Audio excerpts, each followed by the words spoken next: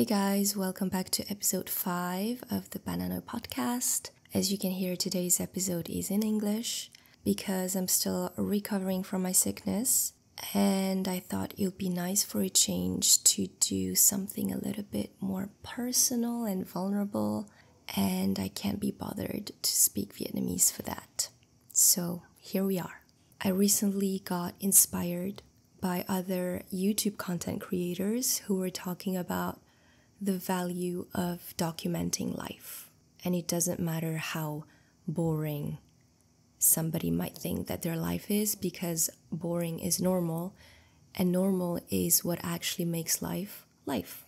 And I really like that idea because I feel like once you start filming little glimpses of your life, you become more receptive to seeing the small details and seeing the beauty in everyday mundane things. And I think it's also amazing to be able to look back in a few years and remembering a specific chapter of your life in a more visual way, especially for someone with a goldfish memory like me. So I decided to give it a try and vlog my life for about a month, especially because these are my last moments here before my move to Saigon.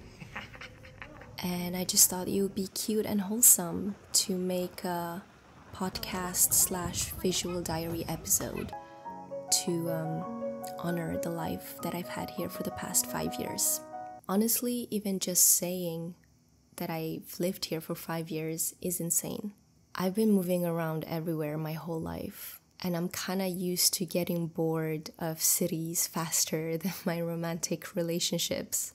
And it's usually at around the 2-year mark that I decide to move somewhere else. And I've been talking about moving to Saigon since the end of 2022. I was just fed up with the pollution, I was fed up with the same places, same people, but I also realized that I have this pattern of getting restless and chasing novelty and just calling it a fresh start, when really it was just another escape. So I tried something new and I stayed. Such beautiful weather, sunshine, blue skies. I mean, just look at this. Look at that. Folks from Saigon ask me, how can I be living in Hanoi when the weather is so gray and polluted? Yes, it is shit, but that's precisely why on those rare days when we have such good weather like this, we're the happiest people alive. I mean, just look at this. It cannot go wrong. That said, Saigon, I am coming for you. I just didn't want to get so hung up on where I'd rather be that I forget how to make the most of where I am. And now the joke's on me because I actually love my life and I kinda don't want to leave. And I think the main reason why is because this is the first time that a city actually makes me feel at home. And I owe it to the fact that I decided to decorate my apartment, making it my own. I know it might sound small, but for someone like me, always living in transition, always on the move, it's huge. I never really let myself settle. I used to think, why invest in a space that I'll leave soon anyways? Like, why bother? That used to be my mindset. But this time, I decided to put in the effort and something just shifted. But here's the downside. Once your place actually feels like yours, you become that person who wants to cancel plans because the vibe at home is just too good. You just constantly want to stay home. Honestly, I changed so much in the past 2-3 years that I sometimes don't even recognize myself. I became way more introverted. I recently had this conversation with my high school friends who said that out of all of us, I'm the one who changed the most. I mean, I went from someone who hated flowers, who found them basic as fuck, to spending my free time arranging them. Like, who am I? Don't get me wrong, I can still have fun, I can still go crazy, but because I get drained more easily, I'm now more mindful of how I spend my energy and who I give my energy to. Speaking of friends, can I just say how much I love the messy, beautiful mix of people that I've met here.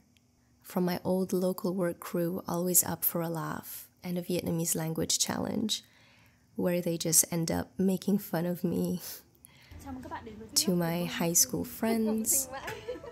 And I think there's something so special in growing alongside people even if we're all walking different paths now.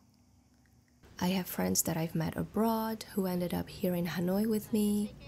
It's like fate decided that our story wasn't finished yet. And then there's this super international squad. We've got Irish, South African, Iranian, Moroccan, Polish, Vietnamese nationalities.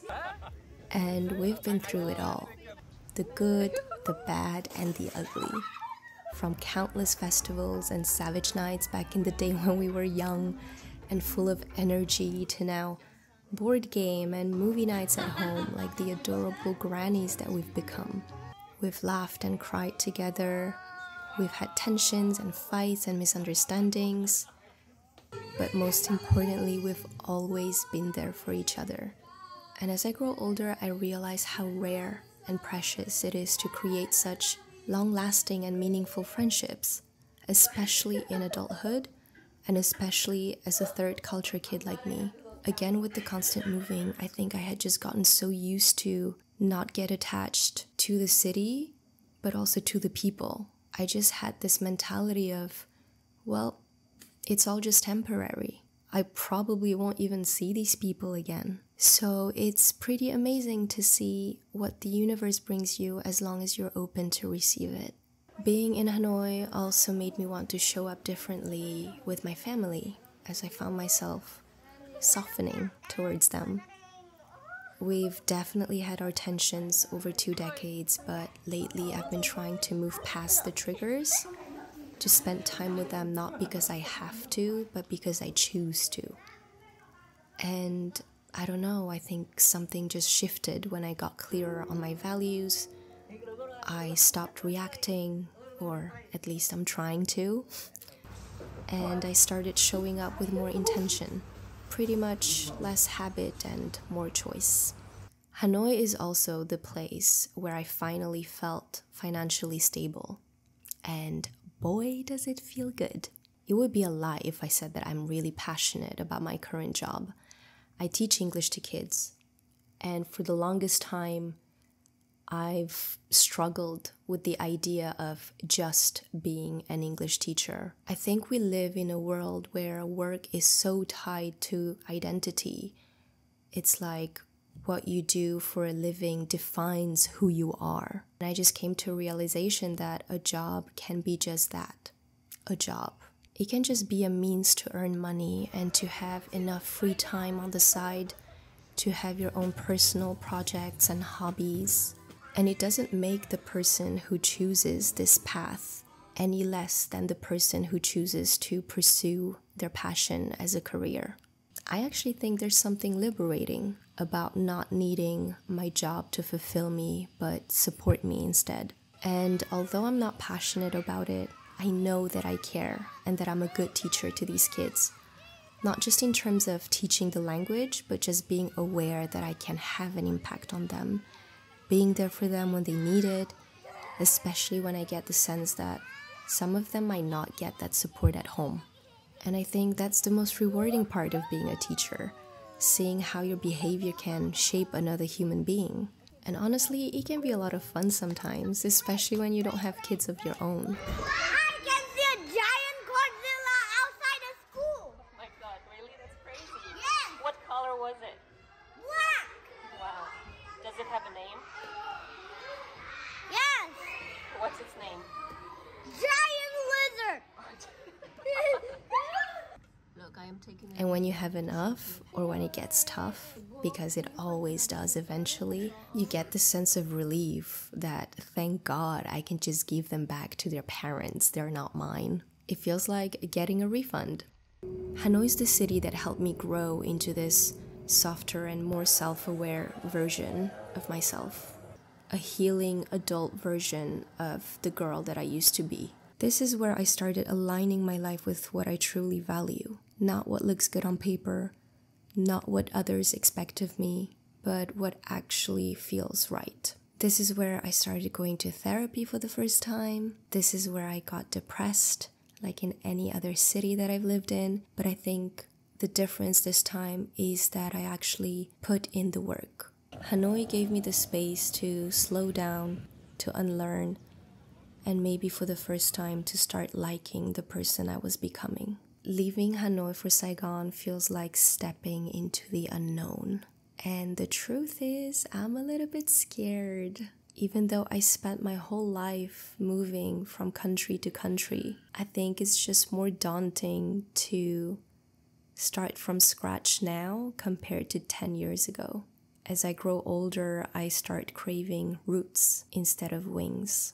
And the irony is that I've never stayed anywhere long enough to grow roots until now.